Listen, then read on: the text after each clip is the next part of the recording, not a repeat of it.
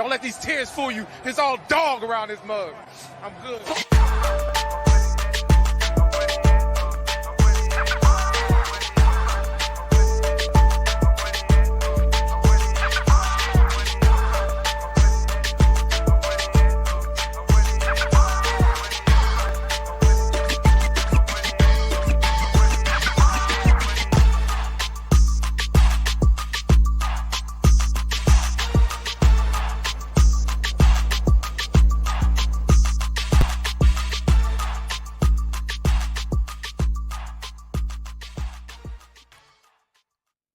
Hey, what's going on, Who Dat Nation? It is yours truly, TJAY Jones. And yes, I am the host of the State of the Saints podcast. Thank you so much for checking out the State of the Saints podcast, where we talk New Orleans Saints. And on this edition, we have a special guest with us here on the State of the Saints podcast. Now, if you follow the New Orleans Saints, you know this individual. He's very outspoken, and in my opinion, one of the best personalities to cover the New Orleans Saints. He's from 104.5 and 104.9 ESPN out in Baton Rouge, giving us all the up-to-date information on our New Orleans Saints and LSU Tigers. Ladies and gentlemen, Mr. Matt Mascona. Hey, Matt, how you doing? I'm good, TJ. Thanks for having me back on the show, man. It's great to visit again. Yeah, thank you so much. I appreciate your time to talk about our favorite team, the New Orleans Saints, and all the things that they have going on. First and foremost, I guess we got to start with the end of the season. I guess we can start in like December when the Saints seemed like they were clicking. They won 4 of their last 5 games, but they finished the season 9-8 and they missed the playoffs. But they decide to bring back Dennis Allen. When you heard that the New Orleans Saints, after falling short for a second year, missing the playoffs, they decided to retain Dennis Allen, what was your first initial thought? Well, I wasn't surprised because it kind of seemed like that was the way that they were going to go. But man, it's disappointing. Like I just believe in business. And if I'm putting myself in the mindset of Gail Benson or even Mickey at this point. I mean, I just believe when as a manager in business, you got to be able to avoid the sunken cost fallacy. You got to know when to cut your losses. Like, you can't possibly look at Dennis Allen with the sample size you have of Dennis Allen as a head coach and believe he is ever going to win a championship. It is with back-to-back 4-win seasons with the Raiders and then an 0-4 start getting fired, going through what it took to get back to being a head coach again, and we know the path he took, came on as a defensive assistant, interim defensive coordinator, got the job, then took over for Sean Payton. Like, I was okay, TJ, I was okay when the Saints promoted Dennis Allen. So this isn't like hindsight 2020, and I'm not going to be a hypocrite because I understood what they were doing, right? Like, you had a long period of success, you have good culture, Dennis Allen has been a good defensive coordinator. Maybe you hope he learned the lessons from his first time as a head coach. There's plenty of coaches that had failed first stints as head coaches, got their second stint, and made the most of it. I mean, Andy Reid, I wouldn't say he failed in Philly. I mean, he got them to a Super Bowl, but look at what he's done. He's cemented his legacy in Kansas City. Look at Bill Belichick. Got fired in Cleveland. Became the greatest coach ever. So I can understand, giving guys a second opportunity. So I understood it. But at this point, you know what Dennis Allen is. He's a substitute teacher, man. The players don't respect him. It was evident at the end of the Atlanta game, if it wasn't already evident prior to that.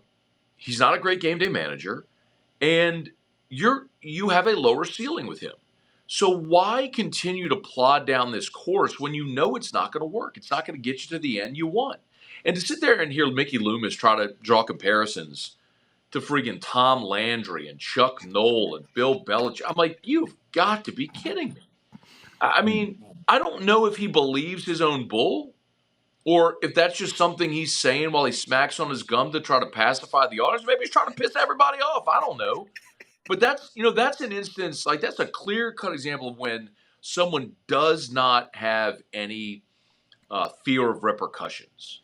Yeah. And that's where the Saints are right now, man. Mickey Loomis is bulletproof. He knows it. And he's just going to do whatever he wants in spite of what seems to be obvious to everyone else. So, Yeah. I don't know, man.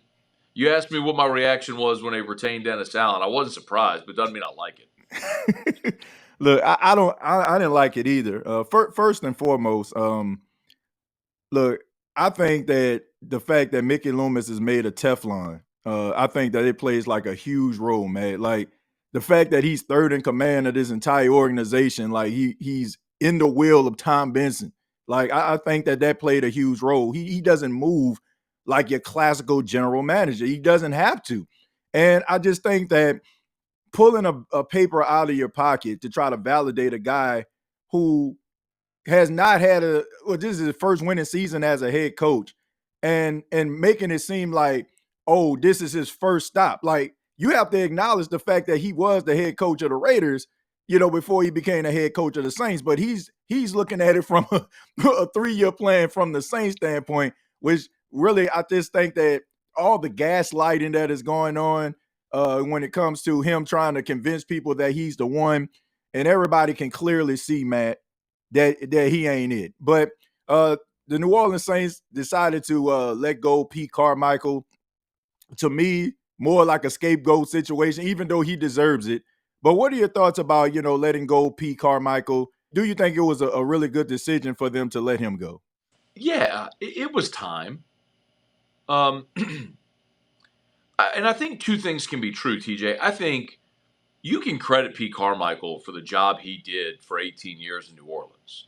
And Sean Payton has gone on record lauding Pete Carmichael. I had a chat with Jeff Duncan, who I think I have so much respect for Jeff. Jeff literally wrote the book, right? I mean, he wrote the book, Peyton and Breeze, the two men behind the greatest offense in NFL history. Like, he literally wrote the book on the Saints offense. Right. And Jeff told me that in all his conversations with Sean Payton said that Pete Carmichael is one of the top 5 most important people to the success they've had. That's player, coach, front, anyway, like in the top 5.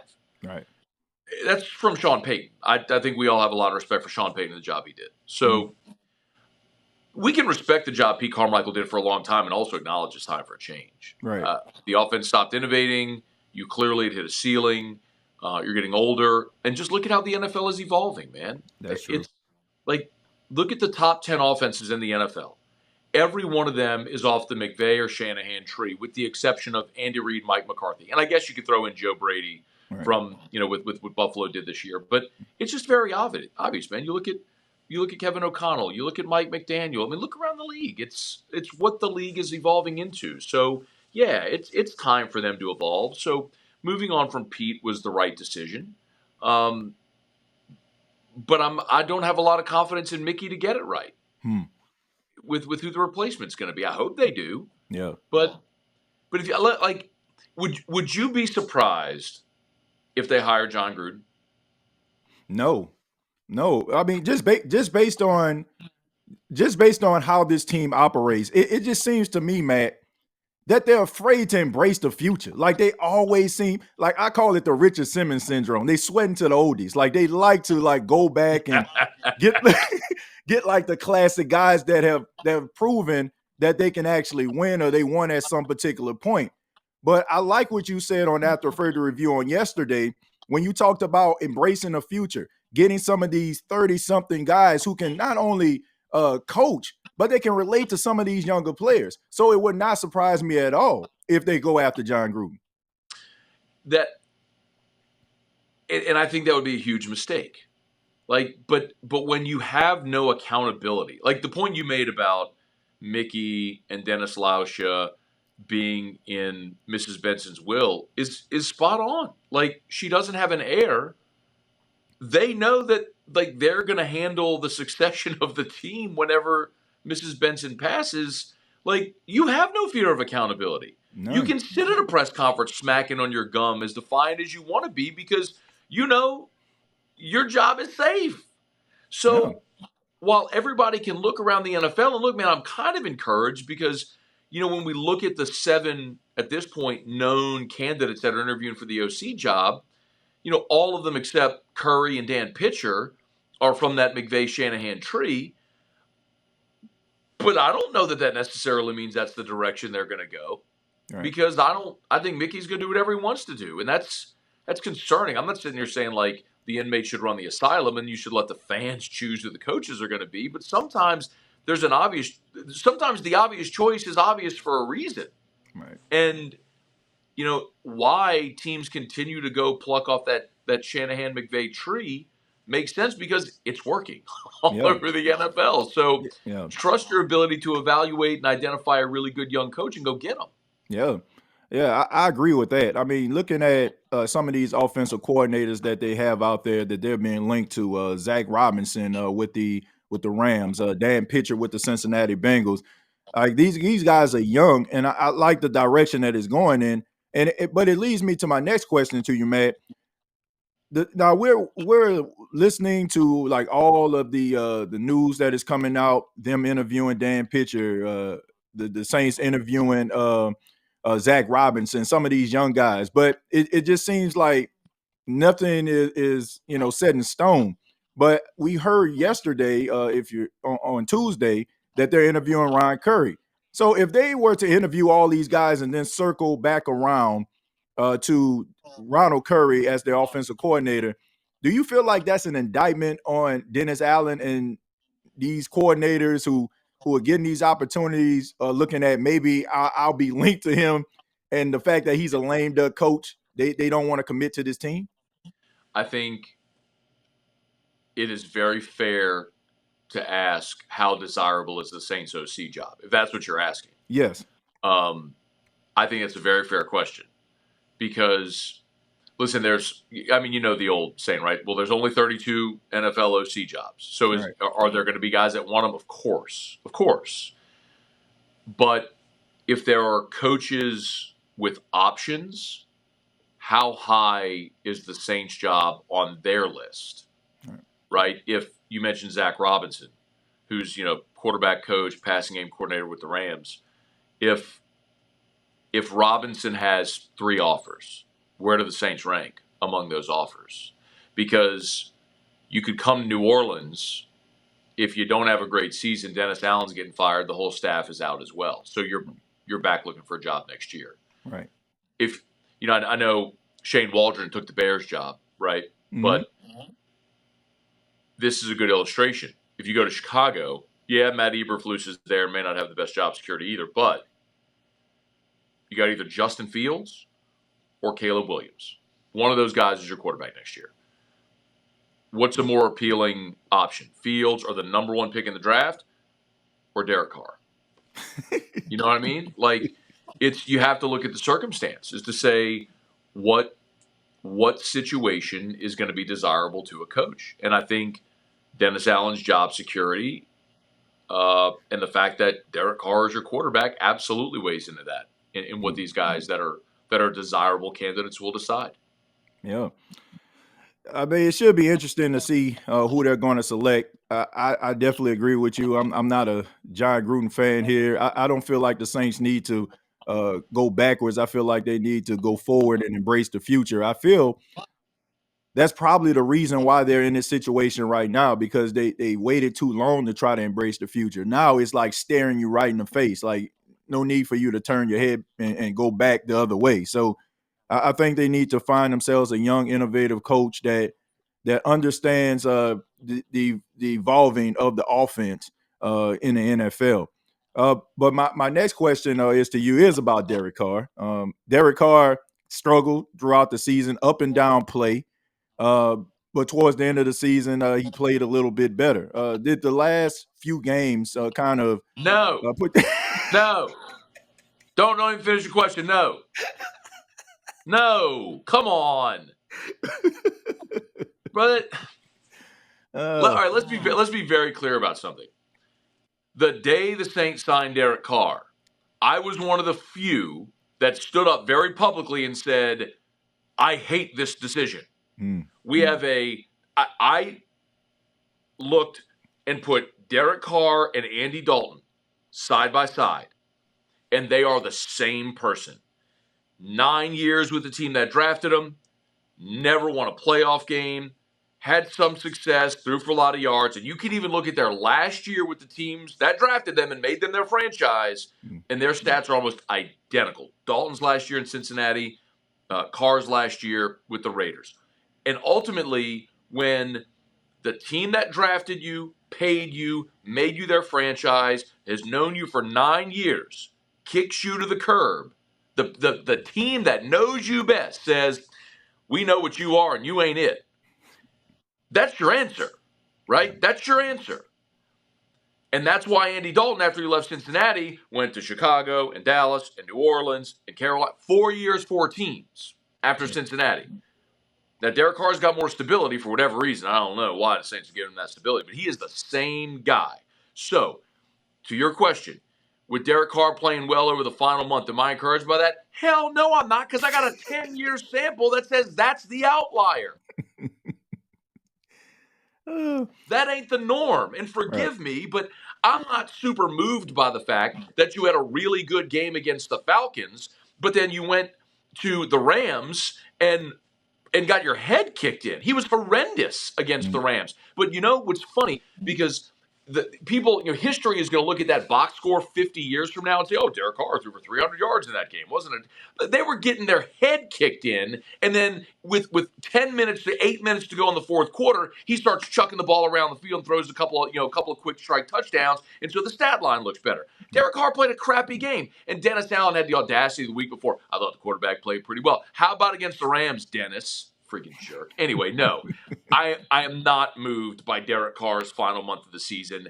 Derek Carr is exactly what I said he was the day they signed him. He has a lower ceiling, but a higher floor. With Derek Carr as your quarterback, you're not going to go 4-13, but you're not going 13-4 either. You're not winning a playoff game. You're not going to the Super Bowl with Derek Carr. You'll win games, but you're not winning anything of significance. So what do you want to be? Do you want to be a team that stays in this perpetual state of mediocrity where you're 9-8, 8-9 every year?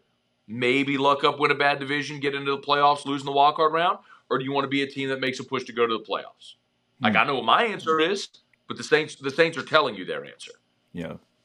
With that being said, is it a mistake for the Saints not to draft a quarterback in the first round, in your opinion? Yes! Yes, it's a mistake not to. Yes! You and me are speaking the same language. Like, move on. This organization, like you just said it, TJ, and you're right. The old Dusties would say Richard Simmons dancing to the oldies. Like, the way I say it is the Saints are living through the rear view instead of the windshield. They keep trying to figure out how do we get back to what was good instead of looking forward to say, what's our future going to be? And that's a huge problem. And listen, do you think it's fear, though, Matt? Do you think it's fear? No, because fear. Okay, we've Yeah, been Saints fans. probably. We've been Saints fans a long time. Like, we've been Saints fans since like the 90s, right? When the Saints weren't really winning that much. And then all of a sudden you get like a 15-year span of prosperity. And now, like, you feel like you're going back in a different direction. Like, do you think fear is driving this organization right now? I mean, there may be. I think that's probably more of a fan mentality because keep in mind, Mrs. Benson has only been with Tom Benson during the great span, right? I mean, she was the one that kind of reinvented his image post Katrina, and then Mickey and Dennis Lauscha have been there through all the good times. So I don't know that I'd necessarily say I don't think Alvin Kamara is moved by the fact that Saints fans in the 90s wore bags over their heads. I mean, I think that's more of a fan sentiment, but I do think this organization has been guided by its playoff misses. They won a Super Bowl and they came so close. In 17 was the Minneapolis Miracle, 18 was the Nola no call. We all know the history. 19 the home loss to the Vikings, 20 the loss to the Bucs after you beat them twice in the regular season, and you just couldn't get over that hump. But I know what they were doing, TJ. Like, you had an aging veteran quarterback, your greatest player in franchise history. You were trying to get him another Super Bowl before he went out. And so you mortgaged your future. You traded draft capital to move up. You took on bad contracts, you restructured deals, you did whatever you had to do to try to win now, and you didn't climb the mountain, man. Look, Denver did the same thing with Peyton Manning. Yeah. But they went to 2 Super Bowls and won one of them. You Yeah. want an NBA example? The Miami Heat did the same thing with Shaq. The the the Lakers had to make a decision. Shaq or Kobe. They said, you know what? We're playing the 10-year game, not the 10-minute game. Right. And so Miami won their title with Shaq and D Wade. But the Lakers had the long run of history with Kobe over the next decade. Right. So both worked for what they were trying to achieve. The Saints didn't get over the hump. And so they invested so much to try to get that second Super Bowl for Drew Brees, and they didn't climb the mountain. They came close, man. They got screwed in 18, and they would have beaten the crap out of the Patriots in the Super Bowl. They got screwed. But I think that is what has motivated the decisions of this team, because they keep saying it's like a compulsive gambler. You're at the casino and you lose, and instead of saying, you know what, I'm going to back away from the table, go home, and chalk this up as an L, and I'll live to play another day, they keep going back to the ATM. They keep going back and they keep digging that hole deeper. And that's what the Saints organization is doing right now, man. They keep trying to get it back instead of just saying, let's move on. They can't move on, man. And that's what's guiding this organization right now. Yeah. Yeah, you got to be able to embrace the now, instead of like looking back. I like the example that you use, looking in the rear view instead of the windshield. It's important for you to acknowledge where you've been in order for you to know where you're going, but it's also smart for you to be able to like continue to look forward. You can't keep looking back. You're gonna crash. And right now, it looks like this team is crashing right now. I just hope that they can get out of their own way and just allow the future to take fold and for them to get back to what they used to be, which is a successful franchise over the last 15 years. Wait, let me answer Oh, your yeah, go ahead, question. go ahead, go ahead. No, because you the way before I derailed you, I'm sorry. Mhm. You asked, should they draft a quarterback? Yeah. And I do think so. And I think this is a really good quarterback class to draft that player. Yes. And I would go the route that the Chiefs did with Patrick Mahomes. They took it. We know what happened. They had Alex Smith. They took Mahomes 10th overall. Smith started. Mahomes essentially got a red shirt year, for lack of a better phrase. And in year 2, he became the starter. And now they've been to 6 straight conference championship games. They've won 2 Super Bowls. I think the Saints need to take a very real look in this draft to say, who is the guy in this draft we feel like is the best, most attainable quarterback in this draft, and go get him. Now, I don't think they're going to do that. I think they're going to try to get assets to help maximize Derek Carr, but the Saints can't off-ramp off of Derek Carr's contract after the 2024 season, and that's what I would do. I'd have Derek Carr and a rookie in 2024, and after 2024, I'd move on from Carr and give the keys of the franchise to whoever that is you draft. Yeah. I think that's a smart decision. I definitely feel like they need to draft a quarterback. Looking at these past drafts, and you're not going to find a draft where you have so many talented quarterbacks coming out at the same time. So this could be a great opportunity for the Saints to actually put together a succession plan. But I agree with you. I'm nervous that they're going to try to maximize Derek Carr, so they're going to try to get an offensive line in the first round and maybe add a pass rush in some of the later rounds. But they could not afford to make mistakes in this draft. Like you have to draft well. You only got a handful of picks, so you got to be smart with this. But to me, once again, I definitely feel like they need to get a quarterback. I don't think Jaden Daniels is going to be there. Michael Penix, that's a little bit of a stretch. You're probably looking at J.J. McCarthy or Bo Nix or something like that, in order for you to maybe look at. But all in all, I definitely feel like they need to get someone in here that can it'll probably work out for him. Because look at Jordan Love. Jordan Love sat on the bench, 2 and 3 years, and now look at him. Like he's looking like a seasoned veteran, like he's been out there for those 3 years. So Yeah. it's probably a plus that you go out and you get somebody that can sit on the bench, that can learn and develop, and by the time is his time, he'll be what you want him to be. I think there's obviously a real benefit to be able to sit and watch and learn and not have look at Bryce Young. Maybe, I mean, he may have been ruined. This year may have ruined him. We'll see. But I also understand the risk associated with making a move to look at Carolina. Carolina went all in, man. Right. They moved up to go get the guy they felt was their franchise. And it may work, it may not, but I respect it because without your franchise quarterback, you're not winning anything of significance. You know, you could be the Bears and draft Mitchell Trubisky. You could be the Jets and you could draft Zach Wilson.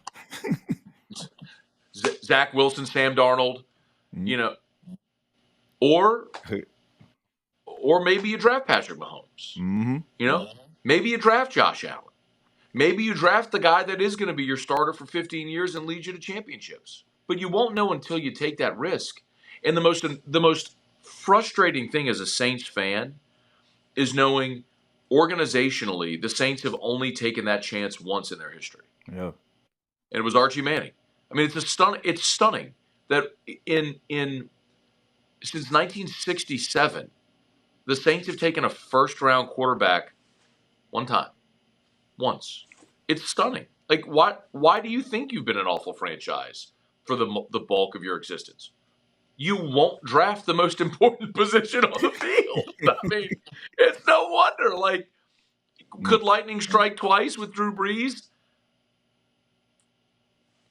Maybe, but there's a reason. Give me another example of Drew Brees in the NFL. I mean,